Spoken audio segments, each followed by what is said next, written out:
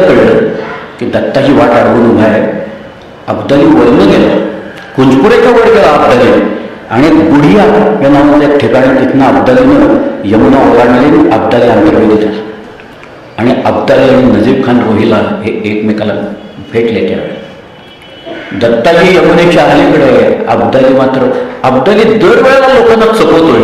आपल्या लोकांना नद्या ओलांडणं सहजासहजी येत नाहीत, पण अब्दालीच्या 30,000 पावलेला या नद्या कशा काय इतक्या भराभरा ओलांडतात. मला वाटतं तो तिकडून पंजाबातून येत असतानाच त्याला ह्या सगळ्या नद्या ओलांडाव्या लागतात. सिंधू नदी ओलांडावी लागते, त्याच्यात झेलम, चिनाब, सतलज, रावी सतलज सगळ्या नद्या ओलांडाव्या लागतात. तर नद्या ओलांडण्याचं एकूण एक चांगलं एक टेक्निक्स त्याच्याकडं होतं. त्यामुळं अब्दालीनं काही होईना तो आपली यमुना ओलांडून तो अंतर्वेदीत आला आणि नजीब खान रोहिल्याला भेटला. या सगळ्याचा नजीब खान खाली आला, कारण आता अंतर्वेदीत मराठीवर राहिलेले नव्हते तिथं.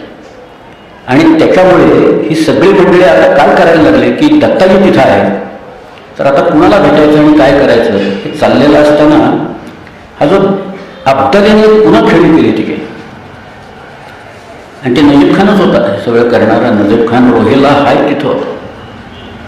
अब्दालीनं हे जे घाट आहेत ना सगळे, मी आत्ता त्यांची जी नावं सांगितली त्यातल्या 4 ते 5 ठिकाणाहून एकाच वेळी त्यांनी यमुना ओलांडण्याचा प्रयत्न केला. असा नुसते एका ठिकाणाहून तो ओलांडत नव्हता. म्हणजे अंतर्वेदीत गेलेला अब्दाली आता दत्ताजी शिंदेचा समाचार घेण्यासाठी म्हणून हा त्या यमुना ओलांडून 4-5 ठिकाणाहून त्यांनी सैन्य, कमीत कमी 4 ठिकाणं, शिंद्यांचे लोक होते तिथे. गोविंदपंत बुंदेले एका ठिकाणी होते स्वतः. एक जानराव वाबळे म्हणून होते, या बुराडी घाटावरती जानराव वाबळे तिथे बसलेले होते. साबाजी शिंद्यांचा एक मुलगा होता बयाजी शिंदे एका घाटावर होता, त्यांच्याकडे काही लोक होते. पण अजून एक गोष्ट आपल्या इतिहासातली की नानासाहेब पेशव्यांनी मल्हारराव होळकराला सांगितलेलं होतं की तुम्ही शिंदेंच्या मदतीला जा. त्याला मल्हारराव होळकर या राजपुतानामधला एक किल्ला बळवाडा नावाचा किल्ला, त्या किल्ल्याला मोर्चे लावून बसला होता. आता अब्दाली महत्त्वाचा, नानासाहेबांचं पत्र महत्त्वाचं का बळवाडाचा किल्ला घेण्यात महत्त्वाचं. गंमत म्हणजे त्यावेळेला तिथं जो राजा होता माधवसिंग होता, या माधवसिंगांनी खरं म्हणजे अब्दालीला येण्यासाठी पत्र लिहिलेली होती. म्हणजे राजपूत मंडळी, राजपूत क्लायन हा अब्दालीला आणण्यासाठी हे मी सांगत नाहीये, पण हे एका पत्रात आहे. ते पत्र कुणाचं आहे तर कछवारांचा जो कारभारी आहे केशवदास म्हणून, त्या केशवदासांनी लिहिलेल्या पत्रात आहे की राजपूतांनी अब्दालीला बोलवलेलं. तोपर्यंत दिल्लीत अनेक गोष्टी झालेल्या आहेत. दिल्लीत एक दिवस गाझीउद्दीन भयंकर चिडला आणि बादशाह हा जो आलमगीर सानी होता, त्या आलमगीर सानीचा त्यांनी खून केला आणि यमुनेच्या वाळवंटात त्याचा प्रेत टाकला. तो खून झाल्यानंतर अजून 2, एक इंजमाम खान म्हणून होता आणि दुसरा लुत्फुल्ला खान होता. यांचंही त्यानं खून करवले आणि ह्यांची प्रेत तिथं टाकली. याला सगळ्याला मराठे जबाबदार आहेत, कारण मराठ्यांची तो ओळखीचा आहे वगैरे, आणि मराठ्यांच्याच सगळ्या या मदतीनं तो सगळ्या गोष्टी करतो. याबद्दल मराठी मंडळीत उत्तर हिंदुस्थानात बादशाला ठार मारले त्याबद्दल एकूण फार वातावरण विचित्र झालं. विरोधात केले, वातावरण विरोधात जायला लागलेलं होतं सगळं. मल्हारराव येत नव्हता, अब्दाली नदी ओलांडायच्या मागे होता. दत्ताजी वाट बघत होता. दत्ताजीला खरं म्हणजे त्यावेळेला युद्ध करायची इच्छाही नव्हती. अब्दालीला मात्र पराभव करायचा. आणि दत्ताजी हे सगळं तिथं असताना मल्हारराव न आल्या कारणानं शिंद्यांचे जे लोक आहेत ना, शिंद्यांचे लोक तिथे पळून असतात. तिथे यमुनेत काही ठिकाणी अशी बेटं आहेत. त्या बेटावर काही झाडं येतात, त्यांना तिकडच्या भाषेत झाऊ असं म्हणतात. हे आपल्याकडे शरणी कशी असते तशी ती झाऊची झाडं आहेत तिथं. ही ज्या वेळेला एखाद्या घाटावरनं मंडळी येत होती ना, तेव्हा इकडच्या लोकांना कळलेले, कारण हे जे दिवस आहेत डिसेंबर जानेवारी वगैरेचे, तिथं धुका असतो भयंकर सगळीकडे. धुक्यात माणूस सुद्धा दिसत नाही. तिथनं घोड्यात मिळून लोक आले तरी कळणार नाही अशी परिस्थिती असते धुक्यामुळं. पण ज्या लोकांनी इकडे आल्यावर शिंद्यांच्या आता बयाजी शिंद्याला गोळी लागली, गोविंदपंत बुंदेले त्याच्यात जखमी झाला. जानराव वाबळे वगैरे सगळे सोडून, तिथनं घाट सोडून ही मंडळी धावत दत्ताजीकडे आली. दत्ताजीला सांगायला लागली की पाटील अब्दाली आलाय, ओलांडून आलाय. त्याला कळेल ना की कुठून आला आहे. आपले लोक तिथं असताना अब्दाली नदी ओलांडतोय. हा आता अपघात म्हणायचा सगळ्याच्यातनं का त्या अब्दालीची चलाखी म्हणायची. अब्दाली निर्विवाद चलाक होता. अब्दाली इतक्या वेळा येऊन गेलेला होता, त्याला पूर्ण भूगोल माहिती होता.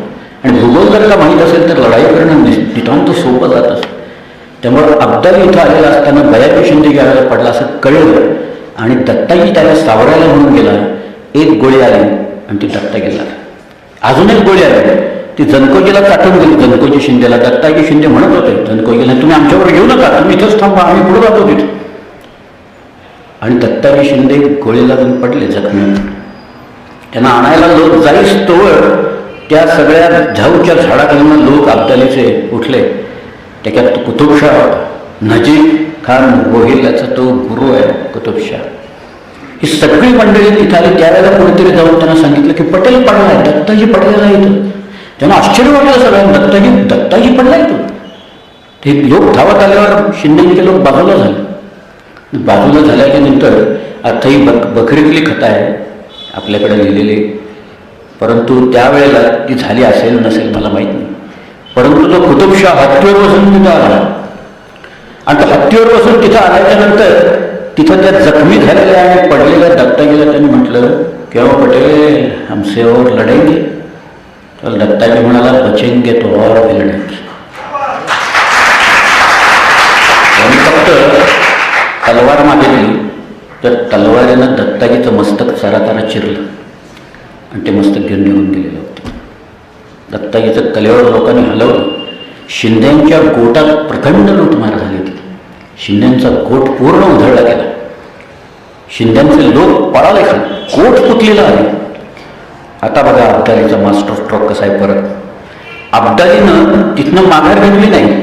अब्दाली म्हणाला मराठ्यांना चोपून चंबळच्या पार घातलं पाहिजे. हे यमुनेच्या काठावर नसतात, त्यांना चंबळच्या पाठीमाग घातलं पाहिजे. म्हणून अब्दाली या सगळ्यांच्या मागं आला. कोट पुतलीला आला. मराठी डीगला गेले. हा डीगला आला. भरतपूर डीग हे किल्ले आहेत सगळे. त्या डीगच्या तिथं आला. पण त्याला एकूण कळलं की मराठ्यांनी चूक केली, ती चूक मात्र अब्दालीनं केली नाही. की मराठ्यांनी सुरतमध्ये जाटाके तर कुमेरीला वेगळा घातलेला होता आणि कुमेरी लढली. 1 कोटीचा खजिना मागत होते. त्यावेळेला 7 लाखावर कसा बसा आणि हप्त्याने द्यायला सांगितले 20 लाख. नाही चूक केली अब्दालीने. अब्दाली निघून गेला. ते अब्दाली काय निघून गेला. सगळे लोक कोट पुतलीला एकत्र आले आणि मल्हारराव तिथं होता. मल्हारराव आता त्याला कळलं शिंद्यांचं सगळे वाताहत झालेली आहे. त्यामुळं आपलं काही सैन्य घेऊन मल्हारराव वरती निघाला. मल्हारराव जसा वरती निघाला तसा अब्दालीने परत यमुना ओलांडली आणि अब्दाली अंतर्वेदीत नजीब खानाच्या इथं जाऊन बसला. तर बघा मराठ्यांचं सैन्य परत एक सैन्य मल्हाररावच्या त्या अधिपत्याखाली ते यमुनेच्या पश्चिम तीरावर आहे. अब्दाली परत आता अंतर्वेदीत जाऊन बसलेला आहे. त्याच्या कारवाया सगळ्या चालू झालेल्या आहेत. दत्ताजी शिंदे पडला त्या दिवशी संक्रांत होती. मराठी तिळगुळ खाऊन बसलेले होते असं लिहिले तिथे सगळे वाढवत बसलेले होते. आणि त्या धोक्यातनं अचानक अफगाण लोक आले सगळे. त्याची तारीख होती 10 जानेवारी 1760. दत्ताजी पडला हे मराठ्यांना दक्षिणेत माहिती नव्हतं.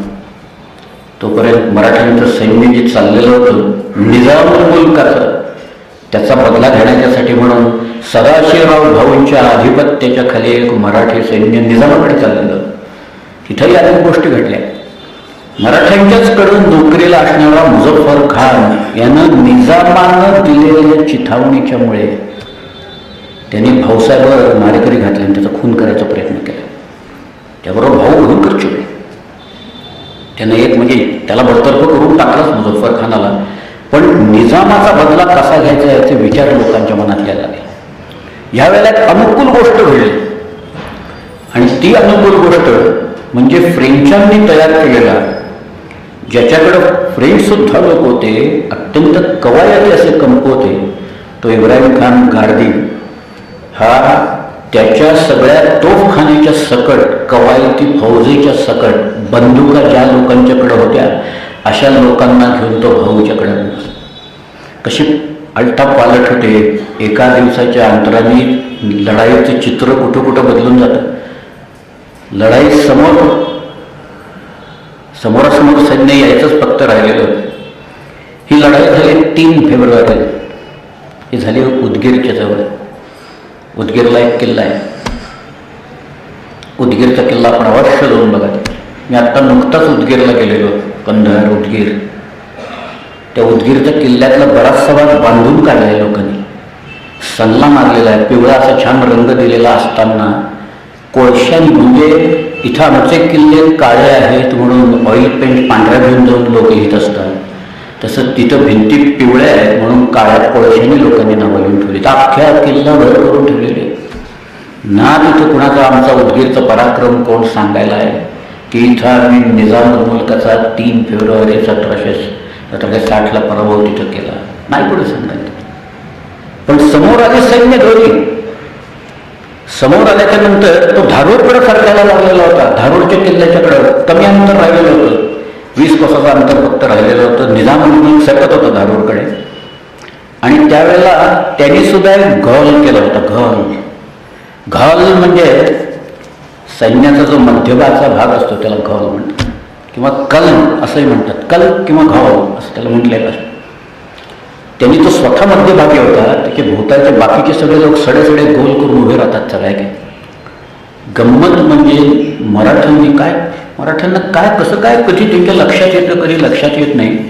पण त्याचा जो गोल म्हणजे सैन्य त्यांनी उभं केलं होतं ते अर्धवर्तुळाकार होतं, पूर्ण गोलाकार नव्हतं. आणि मराठ्यांच्या लक्षात ही गोष्ट आल्यानंतर मराठ्यांचे लोक पाठीमागून घेऊन निजामुल-मुल्कावर आढळले. ते लढाई फारशी झालीच नाही त्या सगळ्या, कारण सुरुवातीला जी काही चकमक झाली त्याच्यात बरेच लोक मारले गेले. आणि त्या मारल्या गेल्याच्यानंतर निजाम शरण आला, ताबडतोब शरणागत. हे दुर्दैव आपलं असं आहे की ही जी निजामुल-मुल्क, हा नजीब खान रोहिला, अशी जी खेळी माणसं असतात ना, त्यांना आपल्या लोकांनी वेळच्या वेळी मारलं नाही. हे वेळच्या वेळी त्यांनी मारलं असतं तर पुढं काय जे प्रसंग असतात त्यात आमच्याकडे त्रैराशिक नाही की अमुकच झालं असतं तर पुढं तमुकच झालं असतं. हे त्रैराशिक इतिहासात मुळीच मांडताय. परंतु तिथं निजामाचा पराभव झाला. 4 किल्ल्यांसह 60 लाखाचा मुलूक त्यांनी कबूल केला सगळ्याच्या. त्याच्यात एक किल्ला आहे त्याच्यातला अहमदनगर. त्याच्यातला दुसरा किल्ला आहे मुल्हेरचा किल्ला निजामुल-मुल्काच्या ताब्यात. तो किल्ला 1760मध्ये आपल्या ताब्यात. अजून एक किल्ला आहे, त्या किल्ल्याचं नाव आहे आशेरी. बऱ्हाणपूरच्या जवळ किल्ला आहे. बऱ्हाणपूर सोडलं आपण बडवाकडे निघालो की आशेरीचा किल्ला. अजून एक किल्ला आहे देवगिरी. दौलतबागचा किल्ला मराठ्यांच्या ताब्यात 1760 साली आला. तो सुद्धा सहजासहजी नाही आला. नानासाहेब पेशव्यांनी या गोपाळराव पटवर्धनांनी सांगितलं होतं, जा किल्ला घेऊन टाका, आपल्याकडे आता निजामाचा तह आहे अख्खा. तो वरती किल्लेदाराशी लढायला लागला इकडून. तुम्ही लढतोय म्हटलं कशाला, म्हणून नानासाहेबांनी इतकं खडबडीत पत्र पाठवलं या गोपाळरावला. आणि त्यांनी त्या पत्रात लिहिले की काय राग काढायला मी पत्र तुम्हाला लिहून तो राग किल्ल्यावर काढा म्हणून. तिथं 1760मध्ये 4 किल्ले आपल्या ताब्यात आले. एक दक्षिण थोडीशी मोकळी झालेली होती त्याच्यात निजामाची. तो पण निजाम होता बरं का तिथं बसलेला. पण मराठ्यांना ज्या वेळेला कळलं हे सगळे मंडळी परतूरला आला. अनेक लोक परतूरला थांबलेले होते. जालन्याच्या जवळ परतूर. त्या तिथं राघोबा दादा आला. नानासाहेब पेशवा तिथं आला. राघोबा आणि नानासाहेब हे दोघेही पहिल्या बाजीरावाची मुलं आहेत. दोघं सख्खे भाऊ आहेत.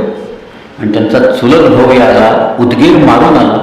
उदगीरची लढाई मारल्याच्या नंतर एक भावानं अशी पसरती आणि तहही केला. 4 किल्ले ताब्यात आले. 45पासून जवळजवळ 60-70 लाखाचा मुलूक आला की भाऊसाहेबाला लढता तर येतच, कारण निजामाचा पराभव त्यांनी केला सगळ्यात. परंतु भाऊसाहेबाला मुत्सद्देगिरी सुद्धा करता येते सदाशिवराव भाऊला, असा एक समज सगळीकडे पसरला सगळ्यात.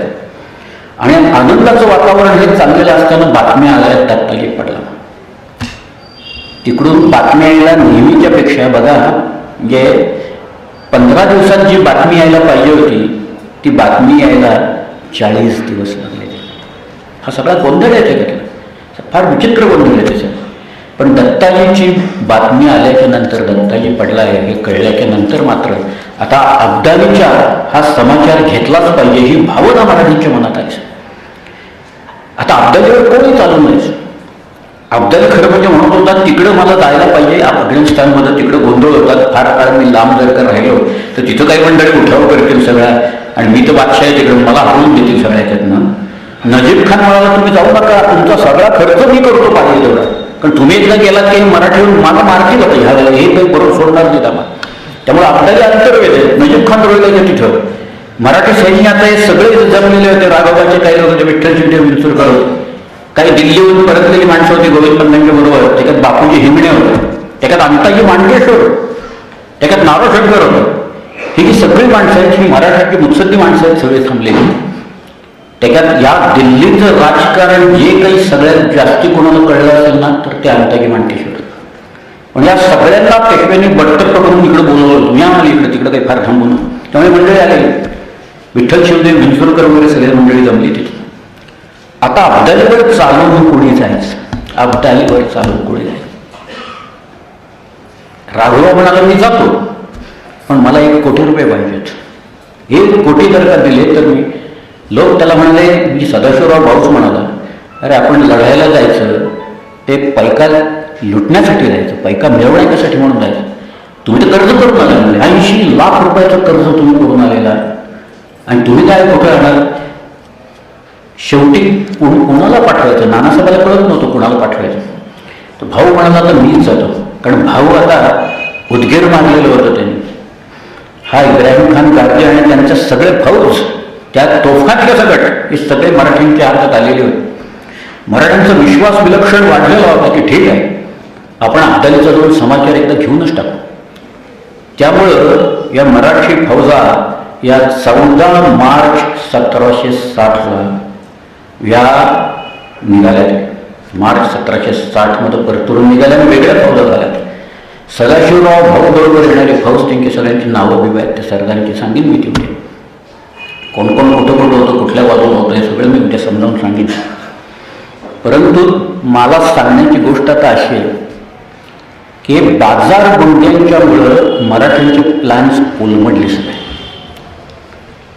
एक जो काही कागदावर प्लॅन करून ठेवला होता सदाशिवराव भाऊनी, तो प्लॅन असा होता की पहिल्यांदा जी मोठी नदी लागते ती तापी लागते, किंवा गोदावरीची पलीकडची तापी, तापीच्या नंतर नर्मदा आहे, नर्मदेच्या नंतर मोठी नदी आहे ती आहे चंबळ, आणि यमुनेपर्यंत जायचं, आग्र्याच्या इथनं यमुना ओलांडायची, आणि अब्दाली अनुक्षरला बसलेला आहे तो आणि शुजाउद्दौला अयोध्येचा नवाब यांच्यामध्ये आपण येऊन बसायचा आणि शुजाउद्दौल्याला आपल्या बाजूला घ्यायचा. हा प्लॅन लोकांचा आमच्या प्लॅन चांगला होता, निश्चित चांगला होता. काय झालं शेवटी, हा प्लॅन असा होता की जूनपर्यंतच या सगळ्या ओलांडून यमुना ओलांडून जायचं आहे आपल्याला. मराठ्यांना एक नदी ओलांडायला एक साधी नदी आहे, मी आत्ता सांगितलेल्या या सगळ्याच्या त्या नदीचं नाव नाही आहे. ती ना तापी आहे, ना नर्मदा आहे, ना चंबळ आहे, पण आग्र्याच्या खाली आणि धौलपूरच्या वर असलेली एक अतिशय छोटी नदी आहे. त्या नदीचं नाव आहे गंभीर. या गंभीर नदीला आणि तिच्या ज्या ट्रायब्युटरीज आहे त्याला काही पार्वती नावाची नदी आहे. या छोट्या नद्यांनी, कारण भाऊचा हा सगळा लवाजमा हा एक एक नदी ओलांडत तिथं येस तर पावसाळा चालू झाला. यमुना दूरच आहे, आग्र्याला कुठली पोस्ट आहे अजून, गंभीरच्या खाली आहे. चंबळ ओलांडले या लोकांनी 8 जूनला, मार्चमध्ये निघालेले लोक आहेत 14, त्यांनी चंबळ ओलांडली 8 जूनला. 8 जून ते 14 जुलै किती दिवस आहेत बघा, एका महिन्याच्या वर आहेत. एवढे दिवस लोक त्या गंभीरच्या खालच्या बाजूला थांबलेत, गंभीर ओलांडतायत, नदी ओलांडतायत. यांनी नावांची व्यवस्था केली होती का माहिती नाही. यांनी हत्ती घालून पाहिलं का, पण नदी एवढी त्याला जो पाण्याला वेग असतो त्या वेगामुळे यांना नदीच ओलांडता आली नाही. ही केवढी मोठी चूक आहे त्या सगळ्यात. इतकं मोठं लटांबर घेऊन जायचं, 40,000 लढणारे सैनिक होते, इतरही त्यांना मिळत होते, बाकीचा बाजार गुंड्यांचा भाव, त्याच्यात कित्येक लोक, त्याच्यात बायका खूप होत्या, या सगळ्यांच्या बायका बरोबर होत्या त्यांच्याकडे. हा राधाबाईंनी घालून दिलेला एक दंडक होता की बायकांना बरोबर नाही. त्यामुळे सदाशिवरावांची बायको पार्वतीबाई तिथे होत्याच ना, या सगळ्यांच्याच होत्या. आणि आपल्याबरोबर बायका दळण असतं ना, दळण, ते दळण दळायला बायका लागत तिथं, आपले लोक करायचे नाहीत. त्यामुळे दळण दळायच्याही बायका. बुडग्यांची संख्या इतकी होती आणि त्यातले काही लोक सैन्य आता चाललेलं आहे, ते विजयी होणारच. त्यामुळे आपण तीर्थांवर जाऊन पूजा अर्चा सगळे करून घेऊ याच्यासाठी म्हणून निघालेले बरेच लोक होते. लढवय्य लोकचे पाहिजेत, नेमके कडवे लोकचे पाहिजेत. ते कडवे लोक जर का कमी असते तर नजा ओलांडता आल्या असत्या, हालचाली स्विफ्ट झाल्या असत्या. त्यांनी लिहिलंय लोकांनी, बाजीरावाला जेवढा पहिल्या वेळ लागायचा त्याच्या 5 पट वेळ सदाशिवराव भाऊला लागला तिथे ओलांडला. गंभीर नदी ओलांडायला 1 महिना लागला, 1 महिना. गंभीर नदी ओलांडल्यावर यमुना भरून वाहिलेली. नेहमीसारखं आम्हाला यमुना ओलांडता आली नाही. अब्दाली पलीकडे आहे. तोपर्यंत या नजीब खान रोहिल्यांनी अब्दाली आणि शुजाउद्दौल्याची एक गाठ घालून दिली. एकात अजून एक पात्र आहे बरं का, ते पाटण्याच्या आसपास इंग्रजांची मारामारी करत बसलेले. तो आहे अली गोहर, तो आहे मोगलच आहे तो. त्याला नंतर मराठ्यांनी आणून बादशाह म्हणून बसवला. तो एक पात्र तिथं बसलेलं आहे. पण शुजाउद्दौल्याचे 20,000 लोक, अर्थात एवढे पानिपतला नव्हते, फार त्यांची आल्यांची संख्या खूप कमी. परंतु शुजाउद्दौल्याचे लोक हे आले, अब्दालीच्या बरोबर आले. नजीब खान रोहिला मिळाला. अब्दाली आता येऊन अंतर्वेदीत पूर्ण जय्यत तयारीनिशी बसलेला होता. मराठ्यांना कदाचित त्या तोफखान्यामुळे असेल, परंतु ती ओलांडायला मात्र वेळ लागला आणि मराठे आग्र्यात आले. गंभीर नदी ओलांडता आली नाही म्हणून 1 महिना करायचं काय, म्हणून काही लोक मुचकुंद तीर्थावर जाऊन पूजा अर्चा करून आले. सगळे तिथं जे तीर्थ जे होती ते तीर्थन करणार काय होत, शेवटी आलेले आहेत तिथं आणि तीर्थांवर जाणं आवश्यक असतं त्याच्यात. आणि गुडघे होतेच बरोबर सगळ्या. आणि मग ती गंभीर ओलांडून आग्रा आल्या की नंतर यमुना ओलांडता येत नाही म्हणताना ही मंडळी ऑगस्ट-सप्टेंबरमध्ये दिल्लीत आली. दिल्लीचा किल्ला हा मराठ्यांनी जिंकून घेतला. तिथं दिल्लीचा तिथला जो बादशाह, त्याला बडतर्फ करावं लागलं त्यांना. त्याचं नाव होतं शहाजहान सानी, लहान छोटा शहाजहान. आणि मराठ्यांनी तिथं आता दिल्लीच्या आल्याच्या नंतर पहिली गोष्ट म्हणजे जो काही पैसा कमी पडत होता, रसद मिळत नव्हता, रसद पाठीमागनं येत असते, सप्लाईज पाठीमागं असतात. वरनं काही सप्लाय आपल्याला येणार नाही. पाठीमागनं जाणारे सगळे सप्लाईज आहेत ते सगळे मराठ्यांच्या नद्यांच्या मुळे ब्लॉक झालेले होते. एकदा नदी तुम्ही ओलांडून गेलं की येणार पूर्ण पुन्हा काय. त्यामुळे पैसे लोकांच्याकडे नव्हते, जनावरं मरत नव्हती. मी मगाशी सांगितलं तसं तमाशा नावाच्या एका रोगाने घोडे मेले, त्यांचे 10,000 घोडे मेले. ते अब्दाली कसं मेले. परंतु दिल्लीत आल्याच्या नंतर पहिल्यांदा मराठ्यांनी दिल्लीचे जे मुघलांचं तख्त आहे त्या तख्ताचा वरचा चांदीचा पत्रा काढला.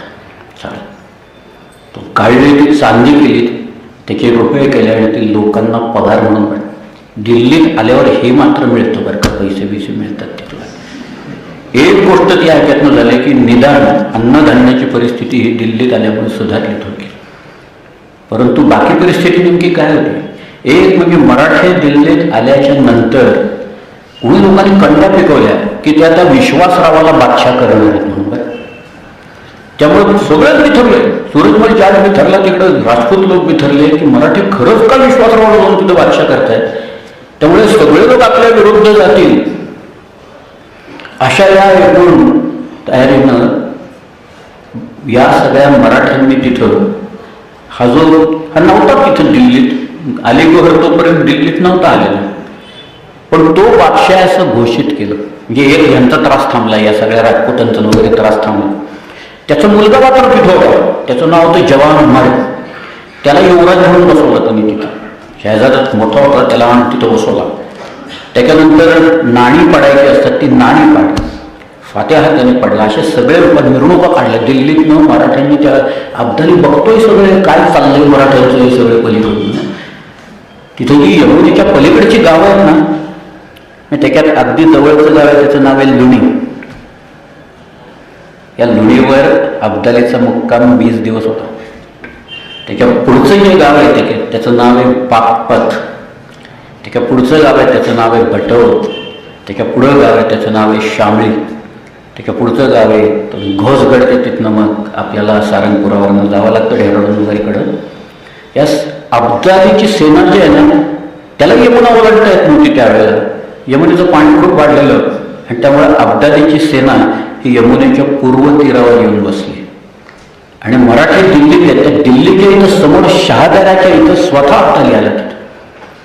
लोक बघतायत एकमेकाला. एवढंच नव्हे, अब्दालीकडं मोठ्या पल्ल्याच्या तोफा होत्या, त्यातले गोळे येऊन लागले मराठीमध्ये. त्याने डागल्यावर तिकडून. तेव्हा आम्हाला कळलं अब्दाली पलीकडे आला, नाही तर तोपर्यंत पत्ताही नव्हता काय चालला. अब्दालीच्या हालचाली मोठ्या आहेत, विलक्षण हालचाली आहेत. आमच्या आधी शांतपणे सगळ्या हालचाली चाललेल्या आहेत. सदाशिवराव भाऊ दिल्लीवर आता करणार काय? दिल्ली तर ताब्यात आली, बादशाह तर केला, यमुना तर ओलांडता येत नाही, मग काय करायचं? लोक म्हणाले आता कुंजपुरावर जो आणि बदल्या जो दत्ताजी शिंदेला मारला ना, तो नजीब खानाचा भाऊ सुलतान खान हा तिथं बसलेला आहे, अब्दुल समद खान हा तिथं आहे, आणि ज्याचं मुंक ज्यांनी कापलं दत्ताजीचं तो कुतुबशाह तिथं आहे. आपण जाऊ आणि या पहिल्यांदा म्हणून टाकूया सगळ्यांना कुंजपुरा ताब्यात.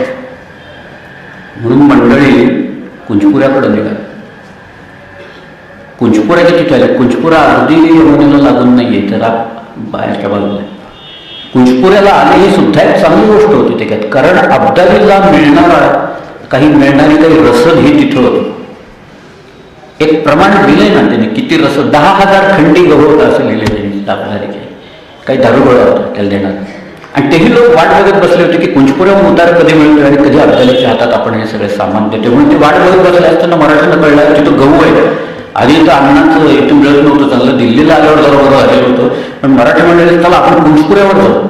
आणि कुंजपुऱ्याचा किल्लेदार होता, तर सुलतान खानाने किल्ला आतनं कडी पॉईंटवर बंद करून राहिला आणि कुतुबशाह अब्दुल समद खान हे सगळे बाहेर राहिले ते किल्ले. ते लपून राहिलेले होते तिथल्या दलदलीत आणि झाडात तिथं, आणि मराठा तिथपर्यंत आले. आणि हे म्हणा या आरडाओरडा करत म्हणत होते किल्ले आम्हाला किल्ल्यात घे. त्यांनी किल्ल्यातच घेतलं नाही. आणि मराठे आले, मराठ्यांनी तोफा टाकल्या त्याला.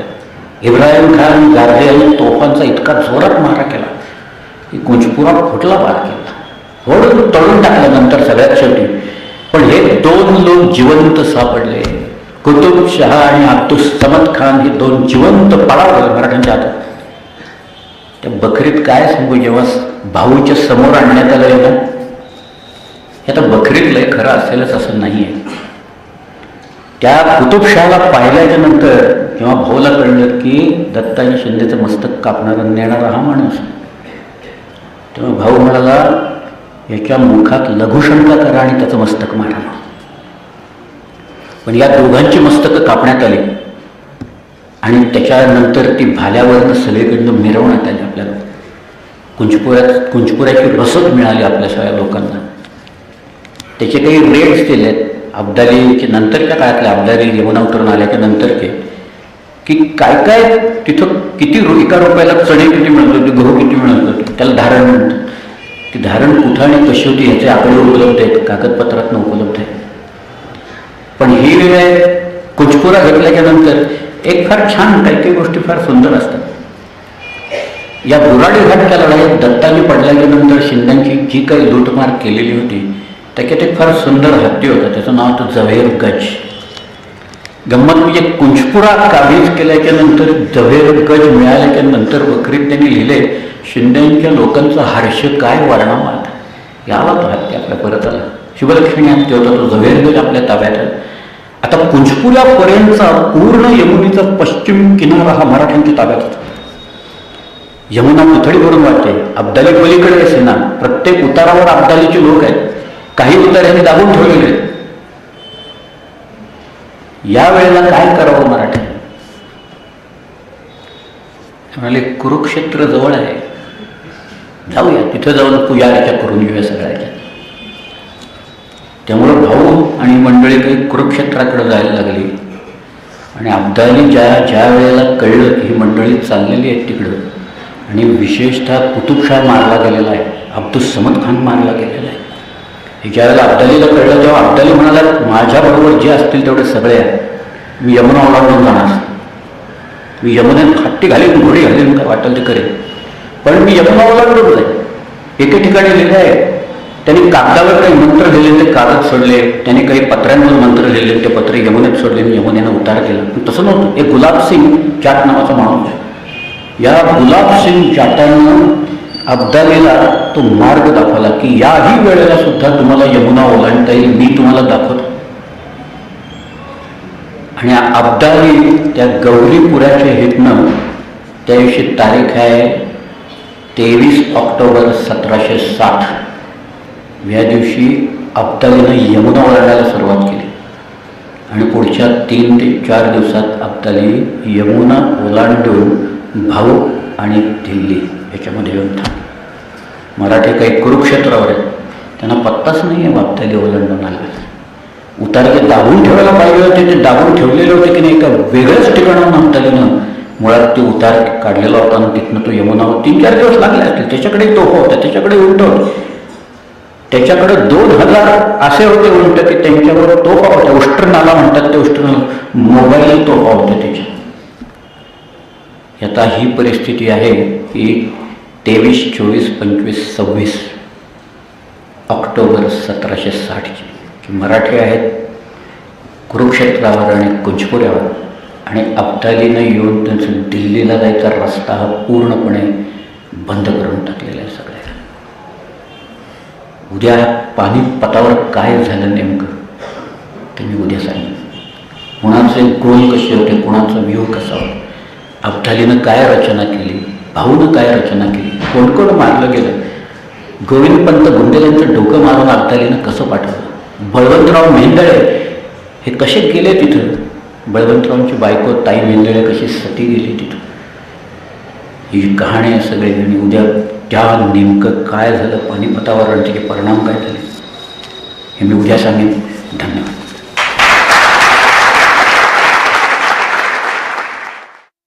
आदिशक्ती तुळजा भवानी.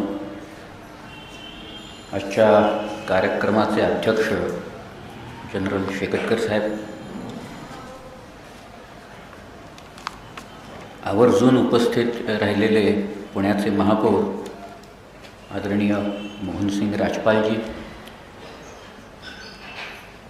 माझे 2 मित्र इथं बसले, प्रमुख पाहुणे म्हणून आले, विकास मटकरी आणि सदानंद मोरे, डॉक्टर सदानंद मोरे. या सगळ्यांनी जे आज भाषणात मुद्दे सांगितलेत ना, ते मुद्दे अत्यंत महत्त्वाचे आहेत. शेकटकर साहेबांनी माझ्याकडे बघून कृष्ण विष्णू वगैरे काहीतरी म्हणाले ते, पण एक गोष्ट सांगतो, माझा जन्म गोकुळाष्टमीचा आहे.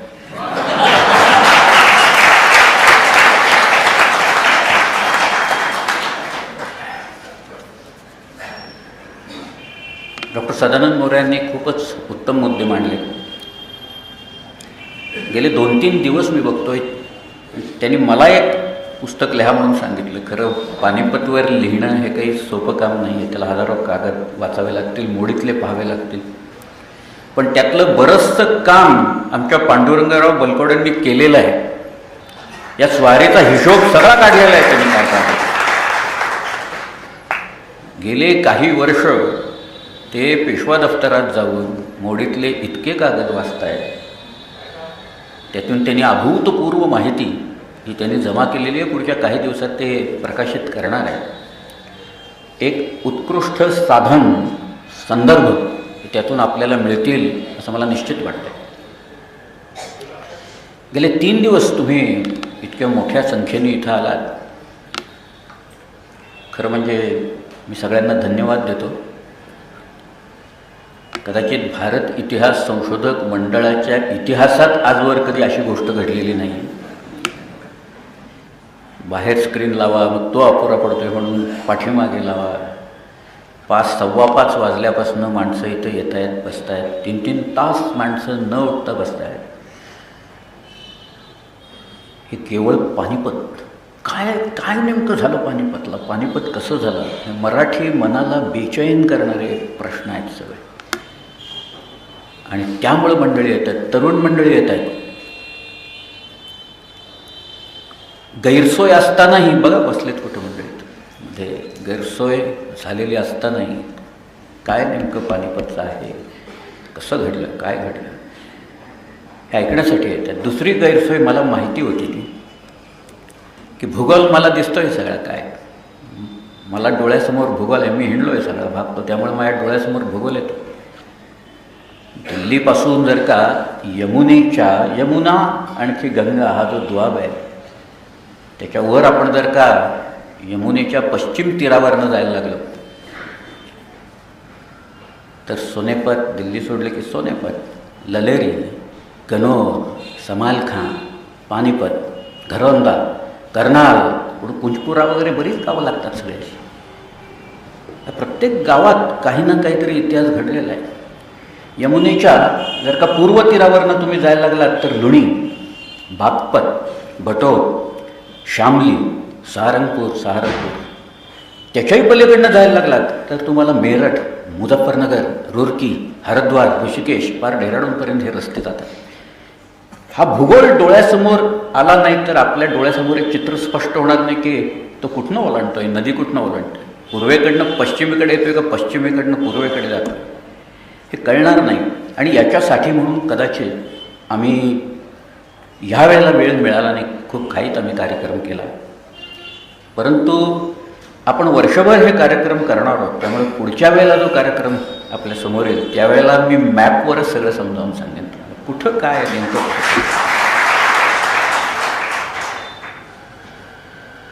काल मी आलो होतो, अब्दालीनं यमुना ओलांडली. जी गोष्ट मराठ्यांना जमलेली नव्हती ती अब्दालीनं करून दाखवली. अब्दालीला काही लोक मिळाले तिथले, गुलाबसिंग गुजर म्हणून होता, त्यांनी अब्दालीला ही वाट दाखवली. आणि अब्दाली 24-25 पुढचे 2-3 दिवस तरी नक्की त्याची सेना गौरीपुरा म्हणून बागपतच्या पासून अगदी जवळ एक घाट आहे, तिथनं तो गौरीपुरा ओलांडून तो यमुनेच्या पश्चिम तीरावर आला आणि सदाशिवराव भाऊ आणि दिल्ली यांच्यामध्ये येऊन थांबला. काही लोक आपले कुरुक्षेत्राला गेले होते पण त्यांना कळलं अब्दाली आलेला आहे, त्यामुळे भाऊ आणि सगळी मंडळी परत फिरली आणि ती पानिपतच्या तिथं आली आणि दोन्ही सैन्यांची थोडीफार चकमक झाली. आणि अंदाज घ्यायला असतात, ही चकमकी अंदाज घ्यायला असतात की यांची मानसिक तयारी पूर्ण झालेली आहे का नाही लोकांची. त्यामुळे ती चकमक झाल्या की नंतर भाऊ थोडा मागं हटला आणि पानपत गावाजवळ आले सगळे. आणि अब्दालीची छावणी जी होती ती अब्दालीची छावणीसुद्धा थोडीशी पाठीमागं आली. तिथं खेडी, नांगल, रिसालो अशी जी गावं आहेत तिथं त्याची अब्दालीची छावणी येऊन पडलेली होती. 2 सेनानी समोरासमोर येतात. साधारण आपण म्हणू 28-29 ऑक्टोबर 1760. त्यातला एक तर्णाबाण गडी आहे. एक युद्ध तो खेळलेला आहे मोठं, उदगीरचं युद्ध निजाम उलमुलकाच्या विरुद्ध 1 वर्ष आधी तो खेळलेला आहे आणि जिंकलेला आहे. असा एक 31शीसुद्धा पुरी न केलेला 30 पूर्ण झालेला एक अतिशय देखणा सदाशिवराव तिथं उभा आहे. धैर्यवान आहे. लढाईतनं पळून जायचं त्याचं मुळीच ठरलेलं नाही, लढाई करायची हेच ठरलेलं आहे. त्याच्या समोर हिंदुस्थानात 4 वेळा तरी किमान आलेला, आत्ता कटकर सरांनी सांगितलं अफगाणिस्तान हा कसा आहे आणि कसा लढतोय, विलक्षण मुलूक आहे तो सगळा. तो मागं आपली फ्लाईट ज्या वेळेला हायजॅक केलेली होती IC-814 त्यावेळेला तुम्ही तो पाहिला असेल कसा आहे मुलूक. जे काही चित्रण टी व्हीवर दिसत असतं त्याच्यावर तो अफगाणिस्तान पाहिला. अफगाणिस्तानची भीती आजची नाही आहे. एक गंमत म्हणून तुम्हाला जाता उदाहरण सांगतो. शायस्ता खान पुण्यात बसलेला होता. शायस्ता खान 3 वर्ष इथं बसलेला होता.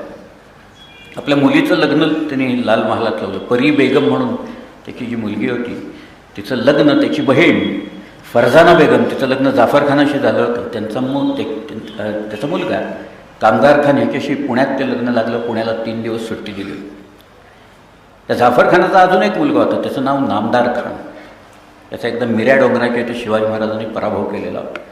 हा नामदार खान शाहिस्ते खानाकडे आला आणि तो शाहिस्ता खानाला म्हणाला की मामू, आपण या सगळ्या 3 वर्षात एकच किल्ला जिंकला आहे, तो म्हणजे चाकणचा भुईकोट, बाकी काही जिंकलेलं नाहीत. तर तुम्ही मला परवानगी द्या, मी शिवाजीला पकडून घेऊन येतो इथून. तर शाहिस्ता खान असं म्हणाला, तू तुझ्या जवानीच्या जोशात हे सगळं बोलतोयस. आपण जर का शिवाईला इथं पकडलं तर औरंगजेबाला दक्षिणेत कोणीही मोठा शत्रू राहणार नाही आणि एवढी अवघड कामगिरी केली म्हणून आपल्याला औरंगजेब काबूल आणि कंदाहारला पाठवेल. त्याच्यापेक्षा पुणं फार छान आहे म्हणाले, इथलं हवा पाणी आपण इथंच राहू, तू मनात सुद्धा आणू नकोस शिवाजीला पकडायचं ते. थोडक्यात म्हणजे अफगाण हे मुरलेलं आहे. तसं काय अफगाण हे त्या घरेल वॉरफेअरमध्ये अत्यंत मुरलेले लोक आहेत. ज्याला कझाकी असं आपल्याकडं म्हटलेलं आहे. आपल्या सगळ्या लोकांना कझाकदार असं म्हणायचं. मराठे यांची जी लढाईची पद्धतच आहे त्या पद्धतीलाच कझाकी म्हटले. कोसाक्स ज्याप्रमाणे लढतात, कमीत कमी नुकसान आणि शत्रूचं जास्तीत जास्त नुकसान आणि आपलं कमीत कमी नुकसान. बाजीप्रभूला कझाकदार म्हटले ते. त्याच्यावरूनच कजाक शब्द आला आणि तो कुठं आहे त्याचा अर्थ बघा. आता सध्या काय कशाचे अर्थ बदलतात इतिहासात म्हणून आत्ता ते काही कळत नाही त्याच्यात. पूर्वी हत्ती असायचा ना, आता गज म्हणजे हत्ती, पण ढाल म्हणजे निशाण. निशाण हत्तीवर असायचा. शिवाजी महाराज गेले होते ना आग्र्याला, त्यावेळेला तो जो हत्ती होता त्याच्यावर निशाण होतं आणि ते निशाण भगव्या रंगाचं आहे. त्याच्यावर सोन्याचं काम केलेलं असं परकालदासांनी लिहून ठेवलेलं आहे. पण त्या हत्तीला ढालगज म्हणायचे. आणि पेशव्यांची एक हत्ती नव्हती, तिचं नाव होतं भवानी, म्हणून ढालगज भवानी असा एक शब्द. तो कसा वापरतात बघा. आता सगळं काय हे असं सगळे इतिहासाची सगळी गंमत असते. पण हे दोन समोरासमोर उभे होते लोक. अहमदशाह मुरलेला माणूस होता. हे जे चालतं ना मधले 2, सव्वा 2, 2.5 महिने आहेत, हे फक्त बॅटल ऑफ विट्स आहेत. त्या मानसिक लढाईत कोण विजयी ठरतं याच्यावरती मग पुढं लढाई होणार आहे, त्यात कुणाचा विजय होणार आहे ठरलेलं असतं. ते पहिला 1.5 महिना जो आहे या सगळ्याचा, हा 1.5 महिना मराठ्यांच्या हातात होता. आणि त्याच्यानंतर जशी अन्न टंचाई जाणवायला लागली सगळीकडनं, तसा मराठ्यांच्या हातात नाही की एक दिवस जसा जास्ती जात होता तसा मराठ्यांच्या हातातनं विजय निष्ठच जायला लागला. तुम्ही पानिपत बघा, अगदी अवश्य जाऊन बघा. सगळं तिथं फारशा काही टेकड्या वेगड्या वगैरे असं आपल्यासारखं काही नाही आहे, त्यामुळं प्रौढांनी जायला हरकत नाही. थोडंसं चालावं लागेल एवढंच. पण टेकड्या वेगळ्या डोंगरदऱ्या वगैरे चढायला, राजगड बिजगड वगैरे असलं काही नाही आहे. मैदान आहेत सगळे. इथं एक छोटासा तिरका मात्र पानिपतच्या इथं गावाच्या इथं असं एक बारकं टेकाड आहे. तिथं पानिपत जे आहे ते पानिपत यमुनेपासून लांब आहे, जवळजवळ 7-8 मैल लांब आहे. आतल्या बाजूला गाव आहे. त्या गावाला पूर्वी खंदक होता. पण पानिपतच्या त्या भूमीला छोटा पूर्वी खंदक होता. तिथनं जो मुघली मार्ग आहे, मुघली शाही मार्ग आहे सरहिंदवरनं दिल्लीमध्ये जाणारा, तो पूर्वी त्या पानिपत गावच्या त्या उजव्या बाजूने जात होता, तो आता सध्या डाव्या बाजूने जातो आहे. पूर्वी तर काही वेळा गावातनंच गेलेला आहे. तिथनं एक कालवा होता, एक यमुनेचा कालवा होता. त्यामुळं पाणी जे आहे त्या पाण्याची व्यवस्था भाऊसाहेबांची होती. तो कालवा असल्याकारणानं भाऊसाहेब वरती होते आणि अर्थात तो कालवा खालून जात होता परत. अब्दाली जो येऊन बसलेला होता आत्ता इथं, पहिली जी आहे, ज्यांचं पहिलं स्कर्मिश झाल्यानंतर भाऊ पानिपतला जाऊन बसले. पानिपतचा खंदक त्यांनी विस्तृत केला, खूप मोठा केला. त्याच्या पलीकडं इब्राहिम खान गार्दी यांच्या सगळ्या मोठ्या तोफा लावलेल्या होत्या. पण इब्राहिम खान गार्दी यांच्या तोफांचा टप्पा हा अब्दालीगडच्या काही तोफांच्यापेक्षा कमी होता. कारण नाना फडणवीसांनीच लिहून ठेवलेलं आहे की काही वेळा गोळे बुंद्यांपर्यंत आले म्हणून. अब्दालीच्या तोफांचे गोळे पाठीमागं जे बुंदगे आहेत ते बुंदग्यांच्यापर्यंत येऊन पोचलेले होते. त्यामुळे त्याच्या तोफांचा टप्पा हा निश्चितपणे मोठा होता. आणि ही 2 सैन्य ही आता समोरासमोर त्यांची ठाकलेली आहेत. एक 2-3 स्कर्मिशेस झाली ती. त्यातली एक जी लढाई झाली, ही एक लढाई ही पहिली ही साधारण 22 नोव्हेंबरच्या सुमाराला झाली. 1 नोव्हेंबरला अगदी थोडीफार लढाई झाली, पण 22 नोव्हेंबरला एक मोठी लढाई झाली. तिथं रोहिले पुढं चालून आलेले असताना तिथं काय चालायचं तेही सांगतो. तिथे एक छाजपूर नावाचं एक गाव आहे. त्या छाजपूर गावाच्या थोडं खालच्या बाजूला एक रणखांब ठोकलेला होता. तिथं तो जो रणखांब होता तिथं गिलचेही यायचे आणि पलीकडनं मराठेही यायचे. मग थोडीफार लढाई व्हायची, मग यांचे लोक जायचे परत हे लोक आपल्या मुक्कामाला जायचे, असं ते चाललेलं होतं. 22 नोव्हेंबरला एक मोठी लढाई झाली तिथं आणि त्याच्यात जवळजवळ गिलच्यांचे 300-350 लोक मारले गेले. मराठ्यांचं नुकसान त्या मानानं कमी होतं. अब्दालीनं एक गोष्ट त्यावर ठरवली, 2 ते 3 दिवसांनी अफजालीचा मुक्काम अब्दालीनं हलवला. म्हणजे पहिली जी छावणी होती त्याच्याऐवजी अब्दालीनं छावणी यमुनेच्या काठावर नेली, लांब नेली. ते अंतर वाढलं. आता भाऊ आणि त्या अब्दालीच्या एकूण सेनेतलं अंतर होतं ते अंतर वाढलं. भाऊला वरती पाणी मिळत होतं. कदाचित अब्दालीला त्या कालव्याचा तुटवडा पाण्याचा पडला की काय काही कळायला मार्ग नाही. एक गोष्ट मात्र निश्चित आहे की जी कागदावर आलेली आहे तिथं, की तिथं लोक मेले, जनावरं मेलेली असतात, ते पडून असतात, लोक काही करत नाहीत त्यांना.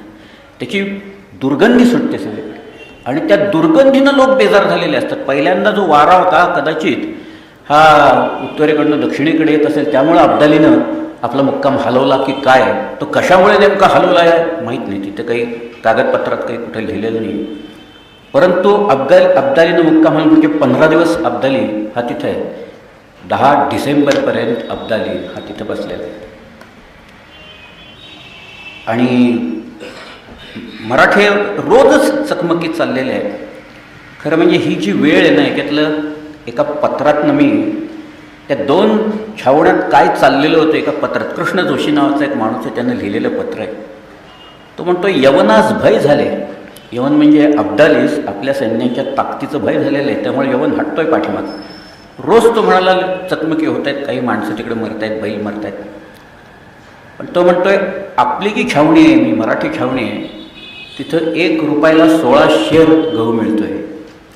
आणि अब्दालीची छावणी आहे तिथं 1 रुपयाला 3च मिळतो आहे. तिथं ही तफावत आहे बरं का. हे आकडे आहेत, बोलणारे आकडे, की महर्गता किती झाली होती अब्दालीची छावणीत आणि मराठी इथे काय मात्र ती नव्हती. हे चित्र अर्थात नंतर बदललं, कारण नुकतीच आपल्याला कुंचपुऱ्याची रसद मिळालेली होती, त्यामुळे ही महर्गता मराठी छावणीत नव्हती. अब्दाली अंतर्वेदीतनं आलेला होता. अब्दालीला रसदेचा पुरवठा अंतर्वेदीतनं होणार होता. अब्दालीनं कदाचित छावणी जी हलवली यमुनेच्या काठावर नेली ती अंतर्वेदीतनं सुरळीत त्याला दळणवळण अर्थात सगळं लॉजिस्टिक्स मिळेल ह्याच्यासाठी म्हणूनच त्यांनी ती तिथं नेली की काय असा प्रश्न होता. पण अंतर्वेदीत मराठे राहिलेलेच नव्हते. आता मराठे सगळे यमुनेच्या पश्चिम तीरावर आलेले होते, अंतर्वेद मोकळे झालेले होते. त्यामुळे शुजा उद्दौलाचे लोक हे अब्दालीला तिकडून रसद पुरवठा हे सगळे करत होते. त्या रसदेक्यासाठी म्हणून अब्दालीनं तिथं नेली की काय हा एक प्रश्न आपल्या डोळ्यासमोर कायम आहे. परंतु भाऊच्या छावणीत मात्र, पण भाऊच्या छावणीत एकच अडचणच, एक मोठी अडचण म्हणजे भाऊकडे पैसा नव्हता. या सगळ्या 2-2.25 महिन्यातला जो पत्रव्यवहार आहे, खरं म्हणजे अब्दाली इतका हुशार होता की अब्दालीनं भाऊच्या त्या छावणीच्या भोवतीसुद्धा घिरट्या घातलेल्या, काही प्रमाणात असतील, अगदी पूर्ण घातल्या असतील अशातला भाग नाही. स्वतःच्या छावणीच्या भोवती तर तो घालतच असतो. कोण चुकारपणा करत तर त्याला तो शिक्षा करत असे. त्याची शिस्त अत्यंत कडक होती. भाऊचीही शिस्त कडक होती. भाऊ काही सामान्य माणूस नव्हता त्यातला. त्याचेही सगळे लोक होते, आपल्या सरदारांना त्यांनी इन्स्ट्रक्शन्स व्यवस्थित देऊन ठेवलेल्या होत्या. पण नेमकं पहिल्यांदा कुणाचं मन खाणार आहे आणि कोण कुठं जाणार आहे, मदत कुठनं येते, कुमक कशी येणार आहे, रसद कुठं मिळणार आहे, हे सगळे मोठे प्रश्न असतात. त्यामुळे हे प्रश्न भाऊला फार आले. दिल्लीत जे काही मंडळी बसली आहेत तिथं काही मुत्सद्दी मंडळी बसलेली होती. तिथं गोविंदपंत बुंदेले तिथं होते. या गोविंदपंत बुंदेलांना लिहिलेली भरपूर पत्र तिथं आहेत. त्यातली काही मिळाली, काही मिळालेली नाही आहेत. भाऊनं पाठवलेलं जो 100-1 पत्र अब्दालीनं मधल्यामध्ये अडवली, ती पोचलीच नाहीत तिथपर्यंत. आणि तो कुमक पाठवा म्हणत होता. खरं म्हणजे नारोशंकर राजबहादूर तिथं होते, त्यांच्याकडे 5,000ची फौज होती. काहीतरी फौज दिल्लीहून त्यांनी वरती न्यायला पाहिजे होती आणि अब्दालीच्या पाठीमागं जर का त्या फौजेची चाहूल लागली असते, नुसत्या अफवा देखील पसरवल्या असत्या त्यांनी की मोठी फौज येतीच आहे आमच्या, आले नानासाहेबांनी सगळे फौज घेऊन आलेले आहेत, तर अब्दालीची एकूण परिस्थिती बिकट झाली असती. हेच नजीब खान रोहिलेला हे अफवा पसरायचं काम चांगलं व्यवस्थित जमत होतं. ते त्यांनी मागं करूनही दाखवलेलं होतं. परंतु ते काही मराठ्यांनी केलेलं दिसत नाही, कुठेही दिसत नाही. त्याच्यात कम्युनिकेशन गॅप हा एक अत्यंत मोठा प्रॉब्लेम होता या सगळ्यात, की कुठनं कम्युनिकेशनच नव्हतं. त्यामुळं भाऊचा जसे जसे एक एक दिवस वाढायला लागले तसे तसे भाऊचा एकूण आत्मविश्वास हा डळायला लागलेला. डळायला म्हणजे शेवटच्या दिवशी त्याचा आत्मविश्वास 13 जानेवारी 1761 इतका डळला की दुसऱ्या दिवशी लढाई करायचे तर भाऊंनी एक गोष्ट व्यक्त केलेली, नाना फडणवीसांनी लिहिलेली आहे. भाऊ म्हणाला, मी माझ्या बायकोचं पार्वतीबाईचं डोकं कापतो आणि मग आपण लढायला जाऊ. काय परिस्थिती आहे त्यातली. या परिस्थिती जी त्या ती एक एक गोष्टी जर का आपल्याला मिळत जातात त्याच्यावरनं हळूहळू कळत जातं काय होणार आहे. अब्दालीकडेही जनाना होता. ही जी दोन्ही सैन्य आहेत या दोन्ही सैन्याचे काही आकडे आहेत. साधारणपणे दोघांच्याकडं लढणारे जे सैनिक होते त्यांची संख्या जवळजवळ सारखीच होती. ते जवळजवळ एक सगळे मिळून 50-55 हजार हे लढाऊ सैनिक होते. पण अब्दालीकडं बुणगे खूप कमी होते आणि मराठ्यांच्याकडे बुणगे फार होते. 1,00,000 बुणगे होते मराठ्यांच्याकडे. ही जी तफावत आहे सगळी मुवमेंटमध्ये लागणारी तफावत आहे सगळ्याच्या. म्हणूनच काल मी म्हटलं की बाजीराव पहिल्या ह्याच्यापेक्षा 5-5 पटीने जास्ती वेळ सदाशिवराव भाऊ लागत होता. तोफा होत्या यावेळेला सगळ्या. इब्राहिम खान गार्डनचा हा पूर्ण तोफखाना होता. तो ट्रेंड होता, भुसीनं ट्रेंड केलेले होते. त्यांचे जे शिपाई होते त्यांच्याकडे बंदुका होत्या मोठ्या चांगल्या, फ्रेंचांनी केलेल्या त्या बंदुका होत्या आणि ते सगळे कवायती लोक होते. त्यामुळं त्यांना मानही जास्ती होता, त्यांना पगारही जास्ती होता आणि त्याच्या पाठोपाठ सगळे आपले लोक होते. अजून एक गोष्ट सांगतो, छोटे छोटे कुठेतरी मिळत जातात आपल्याला हे असे पुरावे. अब्दालीच्याकडं दुर्बीण होती. मराठ्यांच्याकडं कुणाकडं दुर्बीण असल्याचा काही उल्लेख कुठं नाही आहे. अब्दाली लांबवरून मराठ्यांच्या हालचाली पाहू शकत होता, त्याचे डावपेच आखू शकत होता. ही दुर्गंधी जी मग मी म्हटली ना, या दुर्गंधीच्याबद्दल भाऊंनी अब्दालीला पत्र लिहिलं नंतर. त्याच्यात लिहिलं की प्रचंड प्रमाणात दुर्गंधी आहे, तुम्ही तुमची प्रेतं आहेत लोकांची ती नष्ट करून टाका. तेव्हा अब्दालीने एक निरोप भाऊला दिला की तुम्हाला तुमची प्रेतं न्यायची असेल तर घेऊन जा तिथली, मी माझी प्रेतं काही काढणार. कारण वारा त्याला अनुकूल होता, वारा आता उलटा व्हायला लागलेला होता. ही दुर्गंधी सगळी पलीकडे पसरायला लागली होती. त्याच्यातनं रोगराई पसरले. सुदैवानं इथं कुठं रोगराई पसरलेली नव्हती तोपर्यंत. पानिपत झाल्यानंतर सुद्धा कुठेही रोगराई मात्र पसरलेली नाही पानिपतला. हे सगळं चाललेलं असताना 22 नोव्हेंबर या दिवशी चंद्रग्रहण होतं आणि मोठी एक चकमक झाली. खूप लोक मारले गेले. त्या चकमकीत परत लोक मारले गेले आणि जनकोजी शिंद्याने मोठा पराक्रम केला आणि जवळजवळ 300-400 रोहिले त्यांनी मारले स्वतः. चिलखत घालून मराठे लढले की नोंद. मराठ्यांच्याकडं जनकोजी पूर्ण शिरस्त्राण भुगी घालून मंडळी गेलेली होती. दुसरी एक मोठी गोष्ट झाली ती 7 डिसेंबरला झाली. 7 डिसेंबरला रोहिले चालून आले, बंदुकी वाजायला लागल्या. मराठी मंडळी काही बाहेर आली आणि ती तिथं आलेली असताना बळवंतराव मेंढळे हे जे भाऊचे मित्र होते, बळवंतराव मेंढळ्यांनी 2 वर्ष आधी कडाप्पाच्या नवाबाचा पराभव केलेला होता. त्यामुळे त्यांनाही थोडासा मान मिळायला लागलेला होता. या बळवंतराव मेंढळे धावत आलेले असताना बळवंतरावना गोळी लागली. बळवंतराव पडले.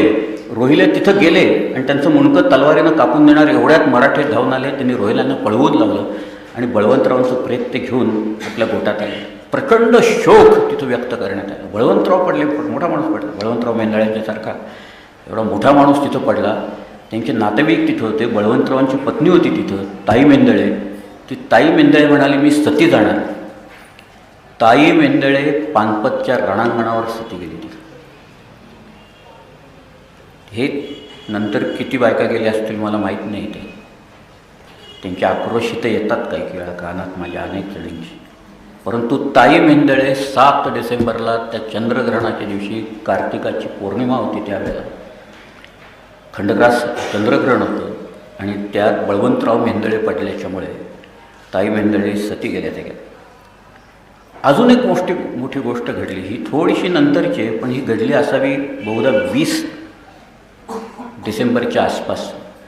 तोपर्यंत मधल्या काळात अब्दालीनं आपला तळ हलवलेला होता आणि तो दहाड पसिना विसिना म्हणून जी गावं आहेत त्या गावाच्या थोडक्या वरच्या बाजूला चावच्या इथं त्यांनी आणलेला होता आणि तो यमुनेच्या इथनं बहुधा त्याचे सगळे मार्ग सुलभ झाले असतील रसदेचे आणि त्यामुळं त्यांनी तो गोठ हलवून आता फार अंतर राहिलेलं नव्हतं या दोघात. पण 20 डिसेंबरला तारीख नाही, 3 दिवसानंतर ही बातमी भाऊला कळली म्हणून मी ते सांगतोय. गोविंदपंत बुंदेले ज्यांना भाऊ पत्र पाठवतोय, सांगतोय कुमक घेऊन या, पैसे घेऊन या, त्यांनी एक 2-4 लाख रुपये जमवलेले होते कशी बशी. पण पाठवणार कुठनं? मध्ये तर सगळे अब्दालीची फौज आहे. ह्याच वेळी अब्दालीनं हा जो शाही मार्ग होता तो शाही मार्ग ब्लॉक करून टाकला होता. अब्दाली यमुनेच्या यमुनेला खेटून असेच तोवर हा मार्ग मोकळा होता. कदाचित भाऊ आणि सगळ्यांना वाटलं असतं तर ते येऊ शकले असते दिल्लीपर्यंत, पण ते अंतर बरंच आहे तसं. परंतु तो मार्ग नंतर खुला मार्ग त्यांनी शहापसन खानाला जाऊन तिकडं ब्लॉक करून टाकला. त्यामुळे आता खाली यायचे वरती जायचे सर्व मार्ग बंद झालेले होते. फार मोठा फेरा होता, जंगल होतं सगळीकडं. त्यामुळं मराठ्यांनी काय केलं बघा. आता गोविंदपंत बुंदेले म्हणाले मी दुआबाद जातो, आता पलीकडे जातो, यमुना ओलांडून मी पलीकडे जातो. त्यामुळं दिल्ली सोडून ते मेरठच्या इथं आले आणि मेरठला तिथं एक गुजर बसलेला होता. त्यांनी सांगितलं देतो मी तुम्हाला खंडणी, तुम्ही थांबा इथं काही दिवस, मला जरा पैसे जमा करू दे. गोविंदपंतांना असं वाटलं की बाबा इथं आपण जर का थांबलो तर जाताना अजून पैसे घेऊन जाता येतील, म्हणून त्या माणसाच्या शब्दावर विश्वास ठेवून गोविंदपंत तिथं थांबलेले असताना त्या गुजरांनी अब्दालीकडे निरोप पाठवला की हे पैसे घेऊन चालले तिकडे, तुम्ही या माणसं पाठवा. त्याच वेळेला अफगाणिस्तानमधनं अताई खान आणि करीमदाद खान हे दोन मोठे सेना घेऊन आलेल्यांना अब्दालीनं सांगितलं की तुम्ही जाऊन यांचा बंदोबस्त करा. यांनी यमुना ओलांडली, दुआबात आले आणि अचानक हल्ला केला. त्या हल्ल्यात गोविंदपंत पळायला लागले, अनेक लोक मारले गेले. गोविंदपंत हे एरवी पालखीतनं जात असत, घोड्यावरनं सराव नव्हता त्यांना, घोड्यावरचा फारसा सराव राहिलेला नव्हता, त्यांचं वय 60च्या वरती झालेलं होतं. अशा वेळेला गोविंदपंत घोड्यावरनं 4 वेळा पडले तिथे. घोड्यावरनं पळत असताना 4 वेळा पडले. शेवटी या अफगाणांच्या हातात सापडले आणि अफगाणांनी त्यांचं मुंडकं कापलं आणि ते मुंडकं आणि पैसेही आयते मिळाले त्यांना तिथं. हे सगळं घेऊन अताई खान आणि करीमदाद खान हे अब्दालीच्याकडे आले. अब्दालीच्या गोटात काय चाललं याच्या बातम्याच येत नव्हत्या कोणाला. मराठ्यांच्या बातम्या पकडल्या जात होत्या. काय अजून एक गोष्ट असते, ती फार महत्त्वाची गोष्ट आहे, त्याच्याकडं फार दुर्लक्ष होतं. तिथं जे जनावरं असतात त्या जनावराला चरायला गवत लागतं. या सदाशिवराव भाऊंचे जे हत्ती होते ते पाठीमागं खरोंदा नावाचं एक गाव आहे, तिथं मुबलक पाणी होतं. हत्तींना पाणी भरपूर लागतं, प्यायला खाणंही भरपूर लागतं. ते त्या घरोंदापर्यंत जवळजवळ 8 ते 10 मैल मागं होते ते. परंतु तिथले जे बैल होते, सगळे उंट होते, बैल होते, ह्या सगळ्यांना लागणारे जे अन्न त्याला आणायचं जास्त, त्याला कही म्हणतात. ते कही आणणारे काबाडी लोक असतात. तुम्ही आज जर का जवळून आणली तर उद्या तुम्हाला लांब जावं लागतं, 3ऱ्या दिवशी अजून लांब जावं लागतं, 4थ्या दिवशी अजून लांब जावं लागतं. तुम्ही महिना जर का मुक्काम केला तर तुम्हाला फार दुरून कही आणावी लागते. ज्या वेळेला हे काबाडी बाहेर जात असत भाऊच्या सैन्यातले कही आणण्यासाठी, त्यावेळेला त्यांना पठाण लोक गाठून वाटेतच मारत असत. त्यांना प्रोटेक्शन द्यावं लागतं मोठं. परंतु हे लोक सापडले, त्यावेळेला बरेच लोक मारले गेले. त्यामुळं ही एक भाऊला अडचणीत टाकणाऱ्या गोष्टी होत्या.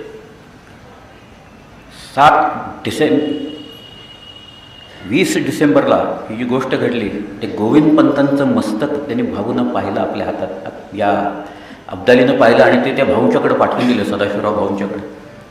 त्यांनी सांगितलं की हे तुमच्या स्वागताला वरती गेले तर तुमचीच पाळी आहे वरती तिथं. मग त्याच्यावर व्यवस्थित संस्कार करण्यात आले त्या मस्तकावर. तिथं ते मस्तकावर सगळे संस्कार तिथं केल्याच्या नंतर एक मात्र की जायचं कसं, कुठं जायचं आणि कसं जायचं हा एक मोठा प्रश्न निर्माण झालेला होता. त्यावेळेला अजून एक घटना घडली आणि ती भाऊच्या अडचणीत भर टाकणारी होती. होळकरांची काही माणसं दिल्लीत होती, त्याच्यात दादाजी पराशर म्हणून होतं. या दादाजी पराशराकडे काही पैसे होते आणि त्यांचे लोक ते म्हणाले की आपण थोडंसं पलीकडनं आपण जाऊ आणि भाऊला मिळून हे पैसे त्यांच्या हातात देऊन टाकू, अजून काही दिवस त्याच्यातनं जातील, फौजेला आणखीन काही दिवस बरे येतील. ते जात असताना लोक संध्याकाळी, थंडीचे दिवस होते डिसेंबर, वरची उत्तरेतली थंडी आणि ती लोक शेकोट्या पेटवून बसले होते काही तिथे. ते ह्या लोकांना वाटलं अरे आपलेच लोक बसलेत म्हणून ते तिथं जाऊन शेकोटी तिथं बसले ते शेकोट्यांना. आणि ते मराठी बोलायला लागल्यावर त्या लोकांना कळलं अरे हे आपले लोक नाही आहेत. आणि त्यामुळं दिलशाने निरोप पाठवले. त्यांचे जे लोक झोपले होते त्यांना उठवलं आणि त्यांनी या मराठ्यांच्यावर हल्ला केला. त्याच्यातले पराशर दादांनी 2-4 लोक सुटले, पण पैसे गेले आणि इतर लोक मारले. या एक घटना आहेत, या एक घटना सगळ्या धक्का देणाऱ्या घटना आहेत की नेमकं करायचं काय. आता खायला अन्न नाही, आता लोक मरतायत, बैल मरतायत, सगळ्यात घोडे मरतायत चाललेले. ही गोष्ट मी सांगतो, ही जानेवारीमधली गोष्ट आहे, 2 किंवा 3 जानेवारीच्या आसपासची गोष्ट आहे. ह्या सगळ्या घटनाच्या घडल्याच्या नंतर भाऊनं एक दिवस ठरवलं, सगळ्यांना बोलावलं तो म्हणाला आता हल्ला करूया, आपण काही आता थांबायला नको, लोकांच्या अंगातलं त्राण निघून चाललंय, जी आहे ती शक्ती जी आहे ती आपण लढाईसाठी वापरू. अब्दाली सुद्धा सावधगिरीनं वागत होता. अब्दाली दारूगोळा जपून वापरत होता. अब्दाली एकेका माणसाचे प्राण उगाच तो जाऊन देत नव्हता. सगळ्यात माणसं तो राखून होता, कारण त्यालाही माहीत होतं आपल्याला आता जर का मराठे आले खालून, जर